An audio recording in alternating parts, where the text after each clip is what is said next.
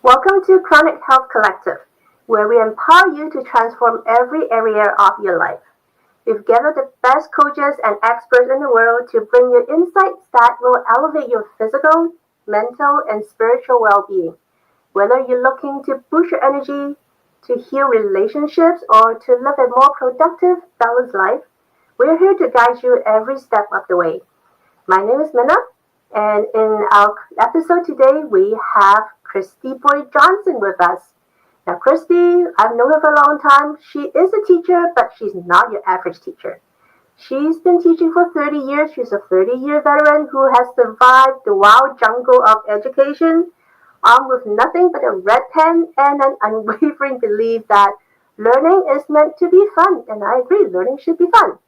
Now, with a background as varied as a collection of colorful chalk, Kristy has tutored aides with learning differences, advocated fiercely for them, and even dabbled in the world of homeschooling, because why not throwing a little chaos with the curriculum?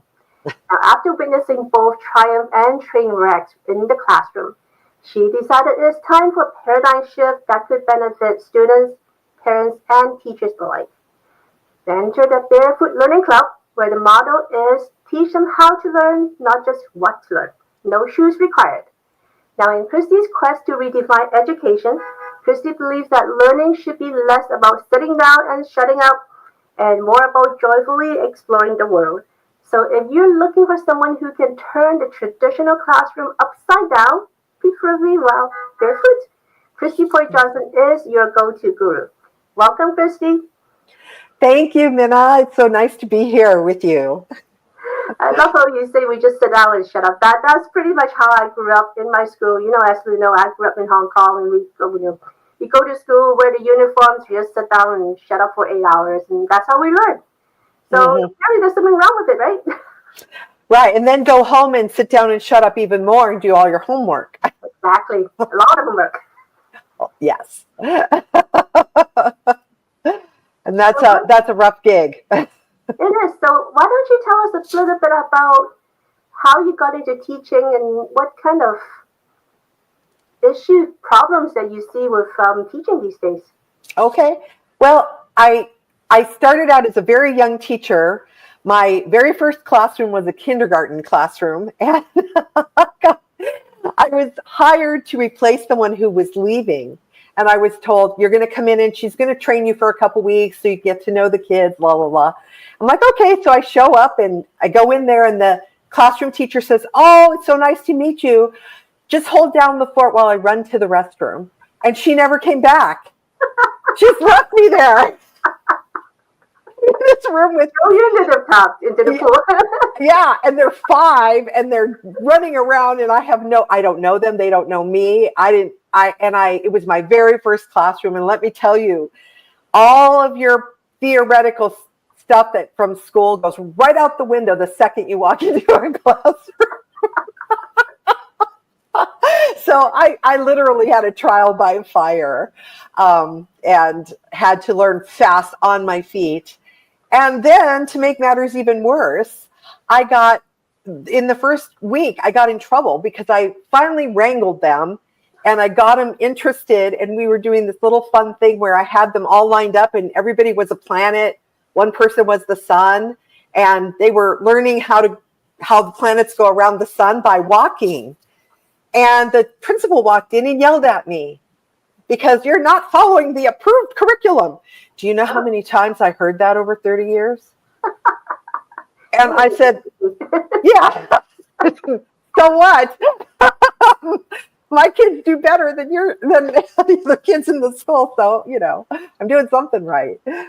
So I just thought the kids have to have their board with the approved curriculum. They're learning all about the solar system right now without sitting in front of a book or coloring the letter A on a worksheet.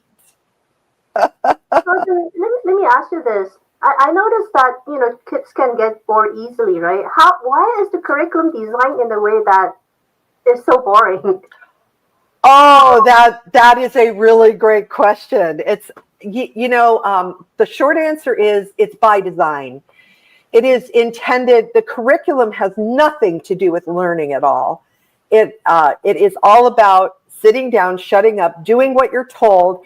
And think about this for a minute. If you work at a typical job, you go in the morning, say around 8, and you sit down at a desk and you work until maybe 10:15, and then you have a 15-minute coffee break. The kids do the same thing, and then they get a 15-minute recess. Then they come back and they work some more until their lunch time, where they get a little break. And in schools, it's, 30, 40 minutes or something. And then you come back and you work some more until your afternoon break or recess. And then you're dismissed at the end of the day and you're completely exhausted. So they're conditioning you as a child. Absolutely. Absolutely. And heaven forbid you would have a child that learns differently, is kinesthetic and needs to stand up or needs to use manipulatives because they're disrupting the classroom. And, little tip. So visual, auditory, kinesthetic, there are other learning modalities, but the three main ones, visual kids typically, if you ask a question, their hands will shoot up. They'll answer really quickly. And then if you kind of let that flow and then say, does anybody have something to add or whatever, the auditory kids will then raise, and they will add depth of perspective to the conversation. But you have to let it go longer to let the kinesthetic kids chime in because it takes them longer to process. They need to get a feel for what's happening. And if you give them that space, then you're not leaving out all your kinesthetic kids and making them feel like they're too stupid to learn. That's interesting. There's no one ever told me what kind of kid I was. Knowing you as I do, I believe you are auditory primarily. Huh. But I think you're also very visual because as adults, we integrate more, but as children, we tend to be dominantly one. But I'm guessing you're auditory, knowing how you are with music and everything. Good to know. Yeah. So, wow. Okay. So how did you go from teaching in a public school, right, to homeschooling? Oh, well, I got a divorce and I moved back to San Diego. And I started working at a center, a tutoring center for kids with learning differences. I don't like the word disability because I don't believe there is such a thing. I think it's different. Yeah. Yes. And I learned an enormous amount about all the kids with all these different dyslexia, ADD, dysgraphia, just everything you can imagine. And so I started working there and then I started tutoring kids also on the side. And then people started asking me if I would homeschool their kids. So I've done groups of homeschools where I had a whole group, and I've done individual homeschool where I had just one particular child at a time. And the same problem holds in homeschool. If you just move school into the dining room, it's just as much of an ordeal as it is in school. Mm-hmm. The wonderful thing about homeschool is that you have to release yourself from that and release your child from that. Yeah. And by the way, 7 or 8 hours at a desk is not learning. It is sitting. Yeah. You can't learn like that. It's not possible. So kids, especially young kids, learn through play. So when you present them with a little something, like say we're going to learn, we're learning the phonics of the ABCs. Say we're learning the at family, at, and the kids are. We teach just that, like the two letters, what they say, how you put them together, and then we play little games with it. The play is how they start making the connection. Mm-hmm. And then when they come back, they're like, at. And then you start putting different letters on the front, like a C and making it cat, and an H, making it hat, etc. And you play games with that. The kids are reading. They are reading. They're not coloring a worksheet. They are reading, and it is absolutely doable. I think every preschool should be doing that. Because their little minds are sponges. They're just soaking in information in it. If it's fun and they're playing with it, and then the kids who are artistic can color if they want to, or paint. Or the kids who are more auditory, who maybe they sing. I sang everything when I was a kid. I'm extremely auditory. And I sang everything. My mom would hear me in my bedroom and I'd be reading a book and singing it. And kinesthetic kids, maybe they're going to play with their Legos, or they're gonna ride their bike or something, but they're still making a connection, even if it's not at the surface level. So it works so much better. And then the kids are enjoying it and they're getting exercise. Another thing, sitting 8 hours. Oh, well, our bodies are not made to sit for 8 hours. Sure. Yeah, I can't even do that. Yeah.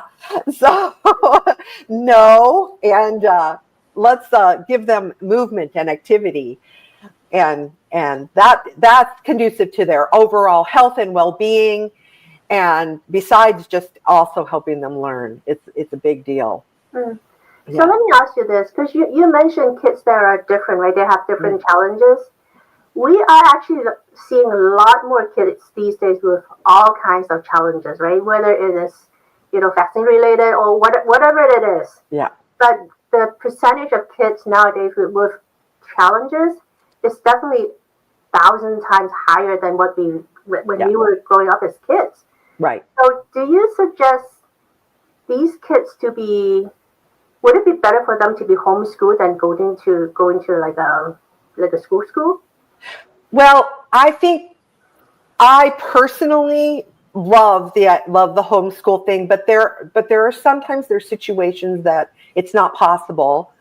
And every family has to make that choice for themselves. But the difference can be if the child is struggling with school, you got to get the school to accommodate them. And the way to do that is the very first step to doing that is to email the school counselor assigned to your child and request a testing for specific learning disability. That's what you say. And they once you request it, I think they have 90 days.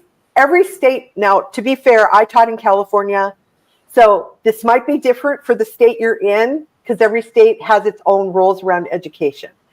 But I believe, generally speaking, they have a 90-day period to set that up, get the testing, and then get the results and everything. And that's a really valuable thing to get some accommodations. For example, if a kid is really struggling to write, they're dropping the pen, they're complaining, kids, they let you know they're not happy. They'll throw it.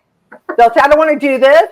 They'll run away. They let you know that if you are seeing signs like that, that is not a kid misbehaving. That is a kid who is in trouble. And they need support. They need to be accommodated. So especially littles, they want to learn. If you hear nothing else, Your kid is not a troublemaker. Your kid wants to learn. And if they're struggling and they're crying and they're saying, I don't want to go to school, I hate it, it's too hard, don't make me, they're in trouble. Get them help. And homeschool can alleviate a lot of that because you aren't locked into 8 to 5 or whatever time your school district does. They're not locked into that rigid scheduling. You can, if the kid needs to stand up in order to write on the paper, they can stand up. They can work for 15 minutes and then have a 15-minute break. And, you know, you don't have to work for 8 hours a day. You can work for 2. Literally, I would never do more than 2 hours with very young children. 2 hours is a long time. 2 hours is a huge amount of time. And if you're doing it right, it is so much more valuable than an 8 hours sitting behind a desk, bored out of your mind and wishing you were anywhere else. I mean, did you do that? I mean, I did. I'd stare at the clock like, the second hand hasn't moved. 45 minutes in and I'm like looking at everything else. Please, bell ring, please. Well, that's good to know. So what would be the biggest challenge that you've encountered when you do homeschooling? You know, what most parents tell me is that they don't know how to set it up. And so what you want to do is go on your state, whatever state you're in, the education department for your state, and search for setting up a homeschool. I do believe that as I understand it, which every state can be different, but as I understand it, what you do is you literally set your home up as a homeschool. Give it a little name like Mom's Homeschool or if you know whatever it is, and then you say how many kids are in it. So if you have a 3-year-old and a 6-year-old, your 3-year-old is not going to be in it yet. So you would want to add the 3-year-old the next year or the next 2 years. And you just say how many kids and what age they are. However they have it set up, you just set it up. That's legally, you're set that way. The second part of that, though, is that you have to keep records. And when you hear that, don't think you're going to be sitting at the desk writing out lesson plans all day long. That is not at all what you have to do. I made this little planner thing to show people. Like this is literally, you get a binder like this. Okay. And put tabs, one for each month. And then you literally just print this out. Try not to drop this on the floor. But you print out a sheet with the day, the name, the date, the grade they're in. And then you have the topics and you just write what you did that day.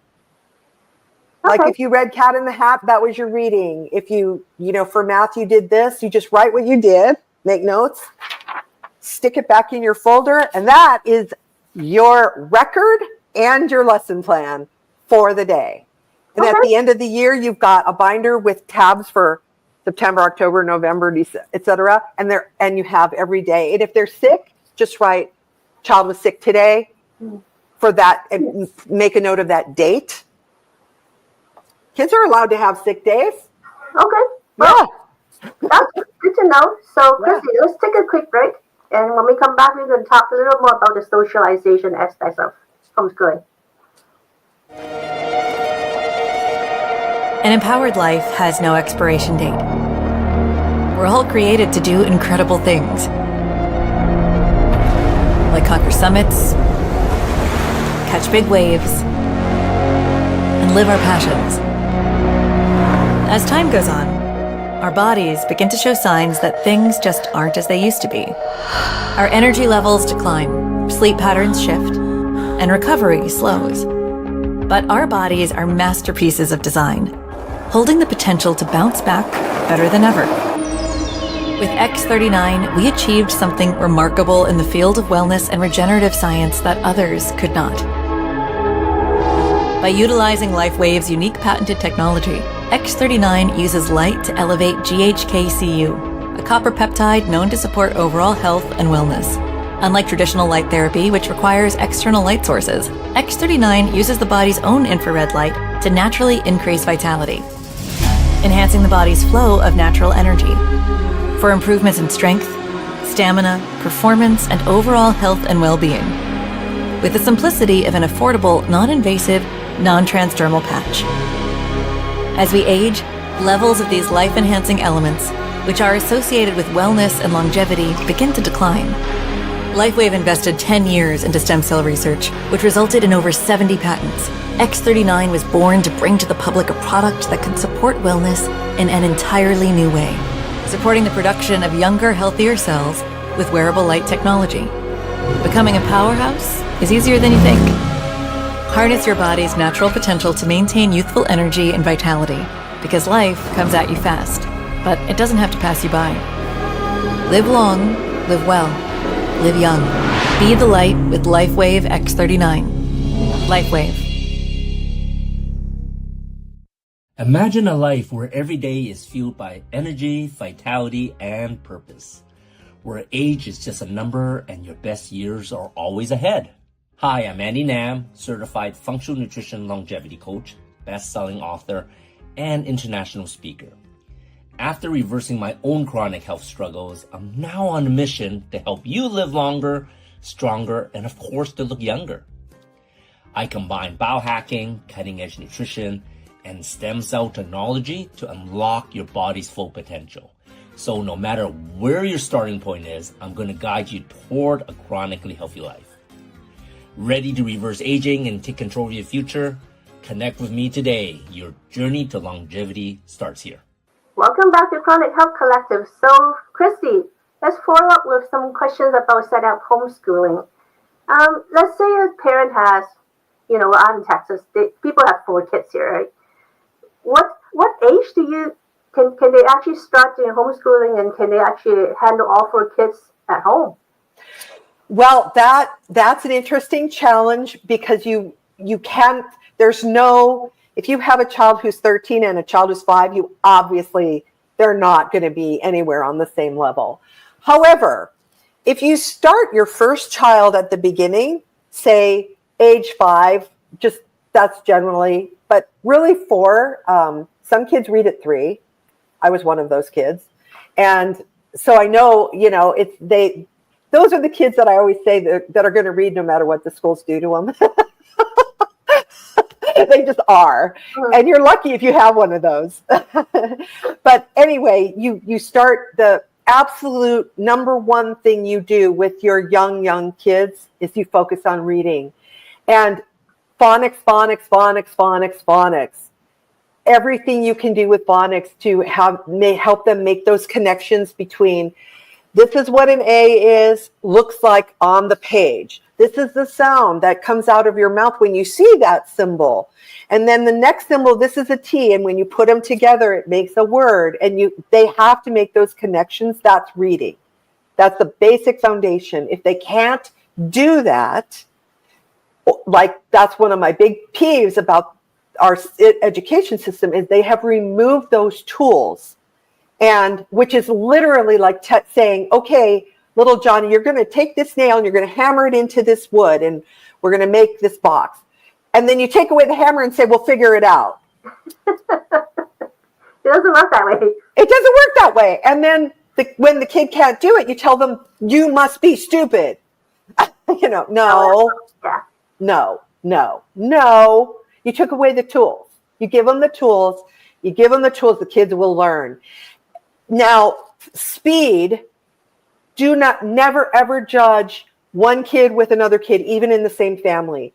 You might have one kid that just zooms ahead, like click, click, click, click, click. I got it. Leave me alone. I want to read this book. And the next kid is going to be like, they look at the word cat like it's a new word every single time they see it until it sinks in. And if that's what it takes, you let them process it the way they need to.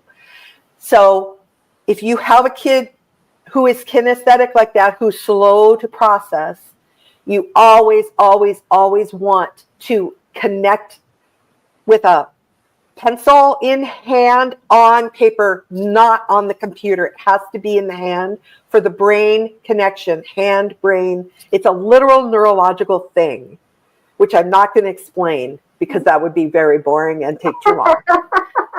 But they hold the pen and they spell phonetically when they write the letter. So, cat. Cat.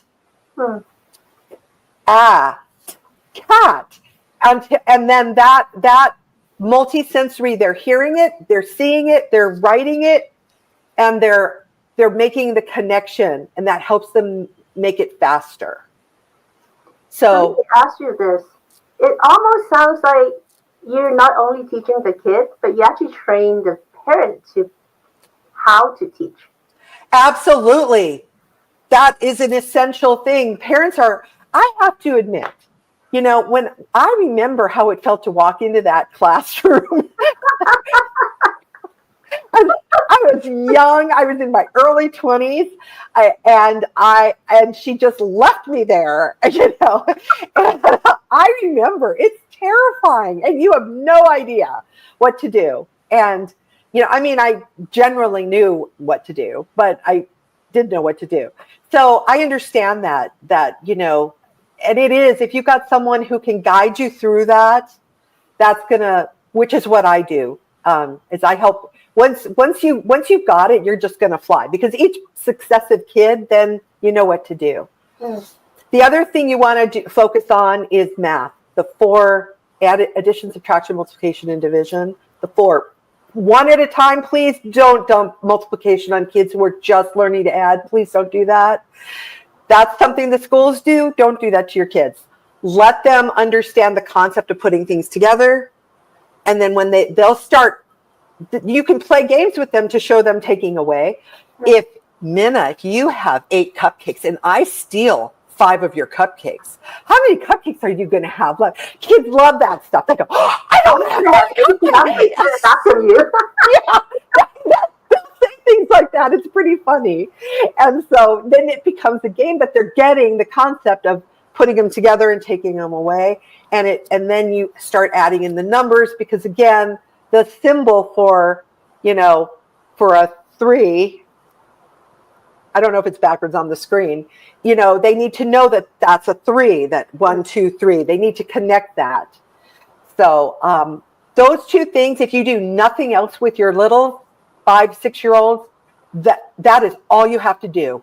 And the only other thing is you play, you get lots of physical activity, and call it PE, physical education. Take the dog for a walk. It's PE. Go swimming in the backyard pool. It's PE. And then play games with them. Play games with them that where they can connect. They can connect. That's all you have to do with the very, very young children, because by 3rd grade then, or 2nd, 3rd grade, they're reading and they're understanding math. Then you can do anything. So at that point, the kids can start determining, what do you want to learn? Would you like to learn about animals? Yes, I love animals. What animal would you like to learn about? Oh, I saw this thing about pandas. I want to learn about pandas. Okay. And then you do a fun project-based thing about pandas, but they're reading. Math is involved, like pandas are endangered. Why? There's all kinds of things. The science is involved. It's all there. And they're just having fun learning about pandas. So with like the slightly older kids, what are there things that they just really don't want to learn? Do you make them learn? That's a tough question. So, okay, if we're talking about 13 and up, then we're in the territory of what do they want to do? Mm-hmm. So there are kids that there are those kids that they are not interested in college. That is not their path. They're going to go another way.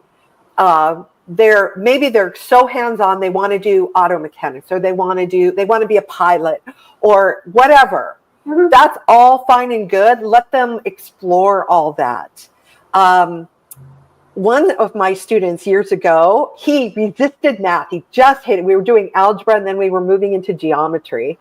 And I flippantly said to him, he told me, I came to his house and he flippantly told me he and his dad built a gazebo in their backyard. And he took me out there to show it to me. And I'm like, you didn't tell me you knew how to do geometry. And he went, what?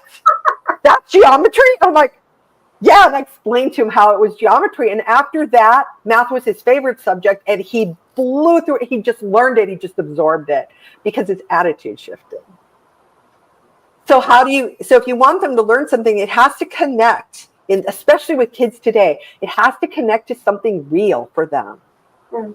Now, if they're headed for college, you definitely, they need to do the algebra, geometry path. They need to do the English literature, take a language, they need to do that path for college, but chances are if they're college bound, if they're motivated to be college bound, you're not going to have any trouble with them anyway.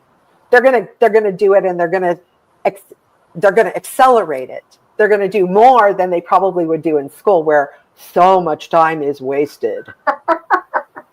So let's talk about this myth of socialization. You think the kids that stay at home all day, they don't get to see anybody. Are they going to be okay going out to the world? Well, let me tell you where it came from, first of all. This was a lot of the things that we hear, like conspiracy theory and all this, and socialization in terms of it, comes from the CIA. They put these terms out there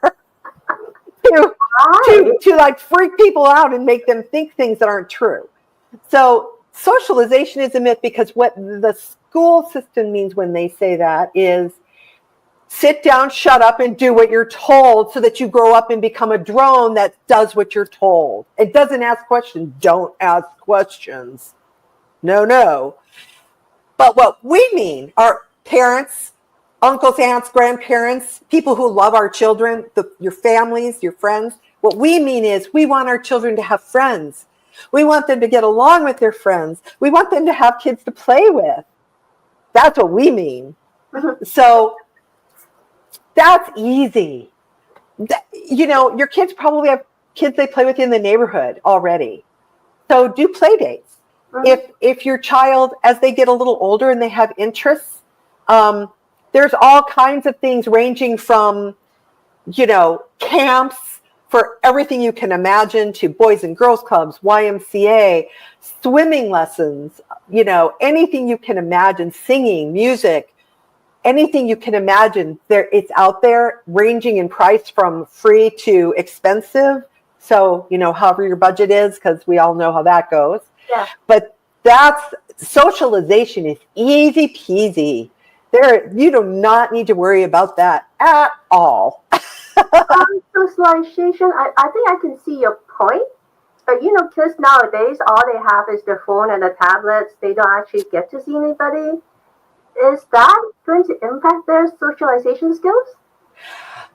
That's an interesting question, because when I once had a middle school classroom, a 7-8 combo, and the kids, when I had them working on a project, our deal was they could put their earphones in and have their phone and listen to their music, as long as, one, they were only talking to their people in their group about the project, and two, they were quiet about it, because I had 50 students, and if everyone is talking, that is insanely loud. Yeah. And nobody can hear anything with that kind of noise. So I had to keep it quiet in there, just so that they could function and I could function. And the deal was that if anybody broke one of my rules, everybody had it taken away. And I only had to do that once. And after that, they believed me. And they were really good about it. But I encouraged a blending, because, the kids, they have an instinctual understanding of tech. And I think that there are certain things out there, not video games, but there are programs out there for example, there's one that I used for 3rd grade, which was the kids, they were fairy tale. They were like three little pigs. the Three Bears, Goldilocks and the Three. They were all threes, and the kids could pick one, and then they wrote their own story on the tablet, and they could illustrate it on the tablet, and then publish it. And when it published, it went into the teacher folder, and then they could share with each other. And what was amazing about that, which I love, first of all, they loved it. And second of all, they would sit down on the carpet in the middle of the room and help each other. They would go, yeah, like someone would say to one of their friends, I don't understand. And the kid who would sit down with them, and they would figure it out, and they'd help each other. That is beautiful socialization. There was no fighting. There was no arguing. They just helped each other. And then it was wonderful. And then they got to share. And then they would give credit. Oh, Susie helped me with this because I didn't understand this thing, and she helped me. And then it was like, I love these kids. Well, I can definitely tell you, Kristy, you're not the confessional teacher. So we're going to take a quick break, and when we come back, we're going to continue our conversation.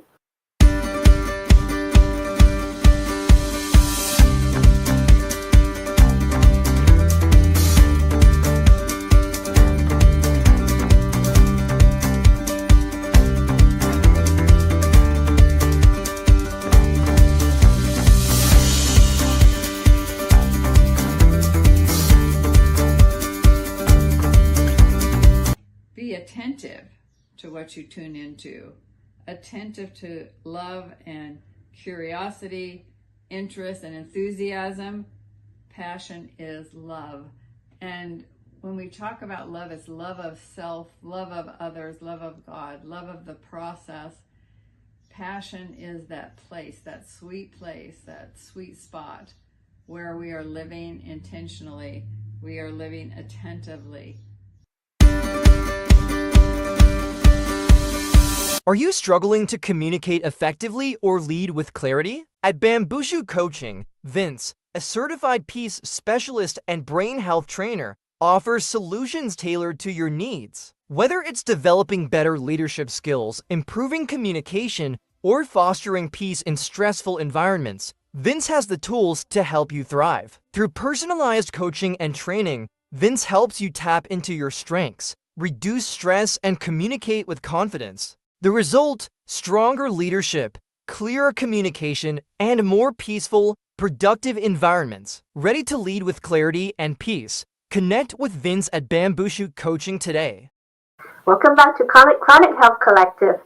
So, Kristy, you sound like you're a very fun teacher, but a lot of parents aren't. My parents are very boring. How did they go about getting ideas like you to actually entertain the kids enough to keep them and educate them at the same time? Well, I think that's the paradigm shift. I think parents, if they think back, especially the parents who are now in their 20s and 30s, they were subjected to a lot of the horrors. Mm-hmm.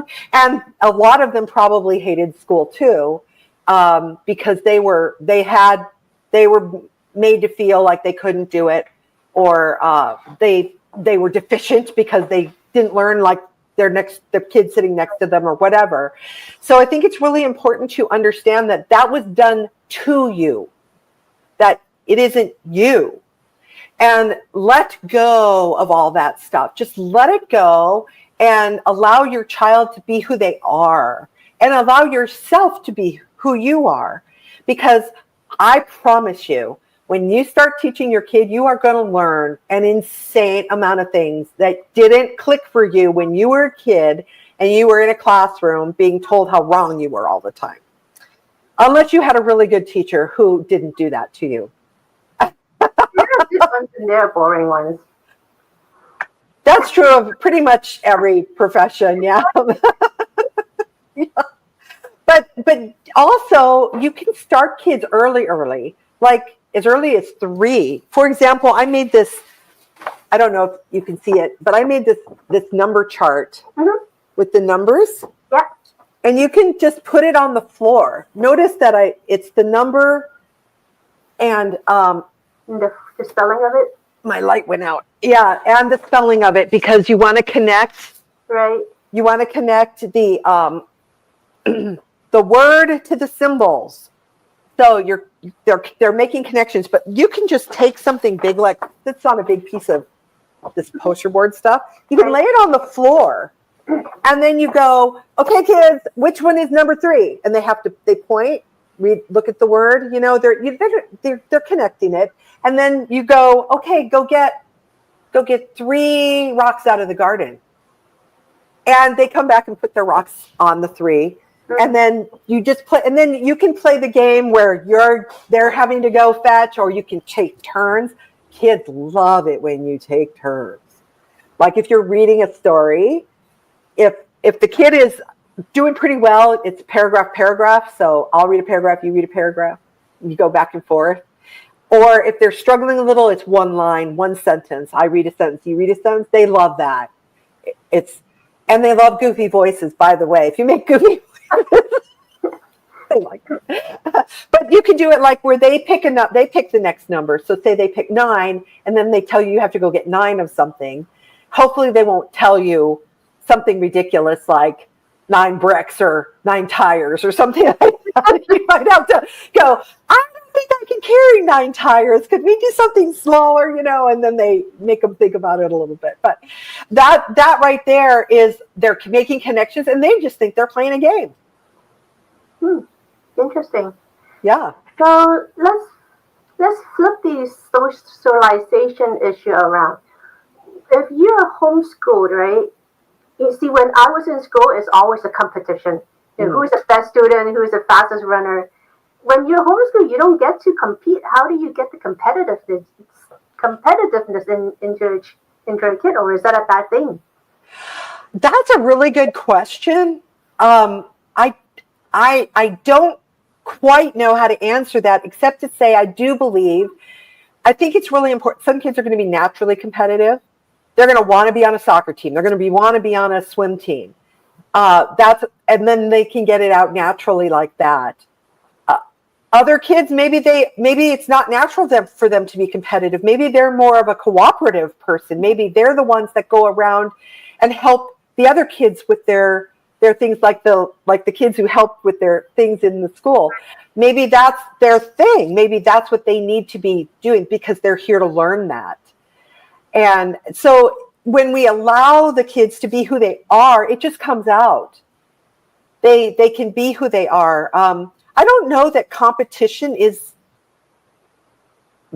as important as people think it is. I think that's actually something that is it can be a healthy thing to make you strive, but it can be an unhealthy thing that if you don't get number 1, you're somehow a failure.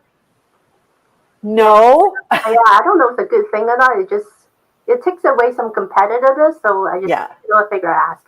Yeah, because I think about these Olympians, and it's like gold, silver, bronze, and somehow if you're not a gold, you're a failure. But you got to the Olympics, for goodness sakes. For sure. That is a huge deal, and I think we need to do some more honoring of our journeys and not be so focused on the end result all the time.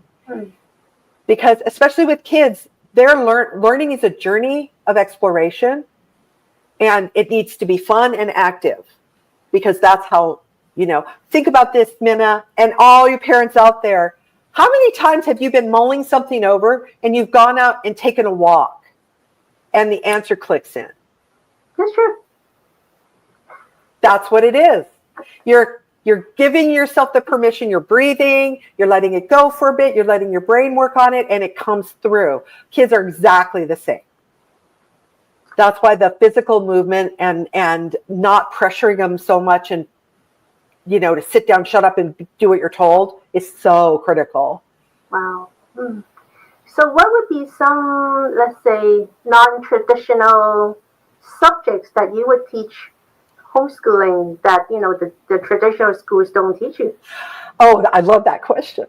So with littles, as I said, I would focus on reading and math. And when I say reading, I mean insane reading. I'm big. Reading is the number 1 thing you can do for your kids, no matter what, hands down. But as they get older, I have had kids ask, I've given them choices. I've had kids ask me for astronomy. I've had kids ask for, when I lived in San Diego, I had one kid that knew he wanted to be an oceanographer. And we would take field trips to Scripps Aquarium. Wow. And at one point I got lucky and I ran into one of the marine biologists, and she actually talked to him. It was the coolest, most organic thing. And, you know, he was all excited. And you know, I've had, you know, I think, you know, biology is a general broad term, but then where in there are you interested? You know, not everybody wants to be a doctor, but maybe they do. It's kind of, you know, self-determining. So the older kids, I think there can be, the sky's the limit. They can learn anything they want. If they want to learn computer programming, they can. They can learn anything they want. It's the point is that we give them this foundation to build on, and then it's a solid foundation that never crumbles and never lets them down. So if they need to learn something new, they know they can. They have the confidence. They don't have the fear. They don't hold themselves back from doing something they want to do because they're afraid that it won't work, because they already know they can learn something new and not be afraid of it. And understand the learning curve. If you are learning something new, there is a learning curve. Get over yourself. I'm doing something right now where I'm on a huge learning curve because it's something I don't understand very well. And I'm just like, I just decided, you know what? I think this is good for me. I think it's going to be really good for me to learn something that I don't really understand instead of cowering away from it. And that carries you through your whole life. And then life becomes more fun and interesting rather than sitting in front of the TV. You know, yeah. So if, let's say a parent is deciding to homeschool, then the parent also becomes the teacher. Right? Is there a issue with homeschooling where you kind of blur the lines between like parenthood and teacher? Yeah, but you know, parents are the kids' first teachers anyway. But really, what that is structure. So I personally think that you should have a dedicated space. Even if you have a small house, if you have a dedicated space, that even if it's just a corner, that's your school place, that when you're in there, that's when you're doing school related stuff. And then when you're not, it's home stuff.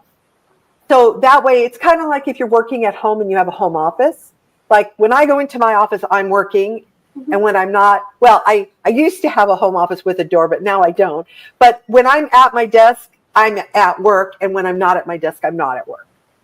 So, you know, kind of like that, it just helps. And then the same with the parent is give yourself permission to flex. Another beautiful thing is if you have older children and say you become ill, you have a head cold and it's just like beyond you to try to teach that day. If you have older children, you can ask them to do a project or something with the littles. And that is excellent training for the older kids in communication with someone younger, because that's a whole different experience than communicating with your peers. And teaching and relaxing and learning and kind of having fun, because the littles will make them play, and then they can relax too and not be so stressed out, especially teenagers. You know, sometimes teenagers go around to the dark side of the moon for a few years and we think they're lost forever. They come back around. Just a few years. Yeah. So I hope you don't have that. Hopefully a lot of this will stop that from happening, because it won't be needed. There won't be anything to yes, they're going to grow up. Yes, they're going to push their boundaries, but it won't be so dramatic and traumatic.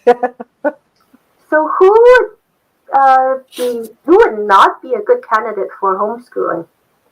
Well, if you have two parents in the home and both of you work outside the home, that would be a very, very tough gig. If it's affordable, you can form a pod with kids of the same age and either have one of the other parents teach, or sometimes the parents will divide up, like one parent will teach math and one will teach reading and one will teach art and one will do their physical stuff, take them to the pool and take them swimming or whatever. Or they hire a pod teacher who is an actual teacher like me, who just takes the kids come to the pod during the day and that's their school time. And then when they go home, they're home. So those are options that are always available. If the budget can't afford that, then it's it may be school. But one thing people don't know about charter schools, you can look into charter schools in your area. Charter schools are free. Huh. They are not like private schools. Private schools cost money, but charter schools are free.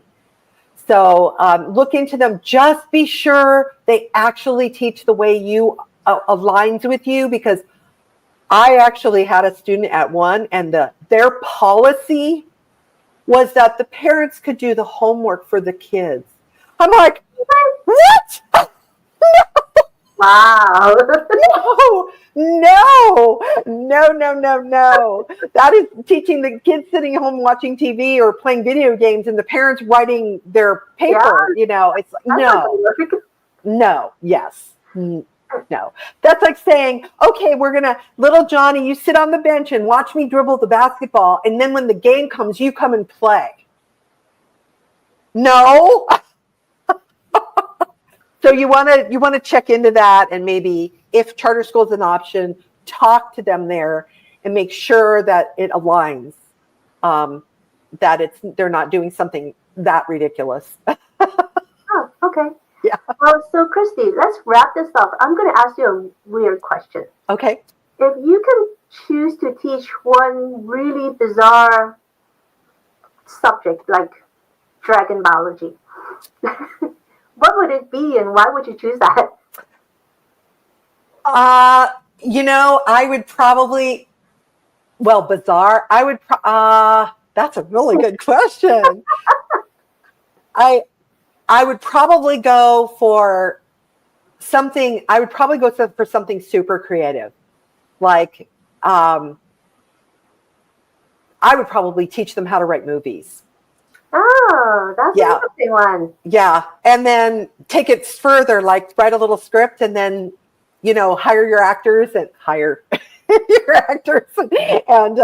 put it on. And then there are things on an iPad, for example, where they can iMovie or something. They can make it right on their iPad. They can edit it. They can refilm if they realize the dialogue doesn't work. I'd probably do something like that. Teach them how to make movies. That sounds really cool. Yeah. And they would love it. They love stuff like that. Wow. So, Kristy, can you tell our audience how they can get hold of you? Oh, yes. Well, I apologize for not having a website. I'm in a big transitionary period right now, so I apologize. But you can email me at barefootlearningclub.com. barefootlearningclub@gmail.com. There's no .com on that. It's barefootlearningclub@gmail.com. Or you can find me on LinkedIn, Kristy Boyd Johnson. Or if you look at the QR code, it'll take you right to my Calendly and schedule an appointment with me, and we'll have a chat. You can ask me questions or ask me for tips.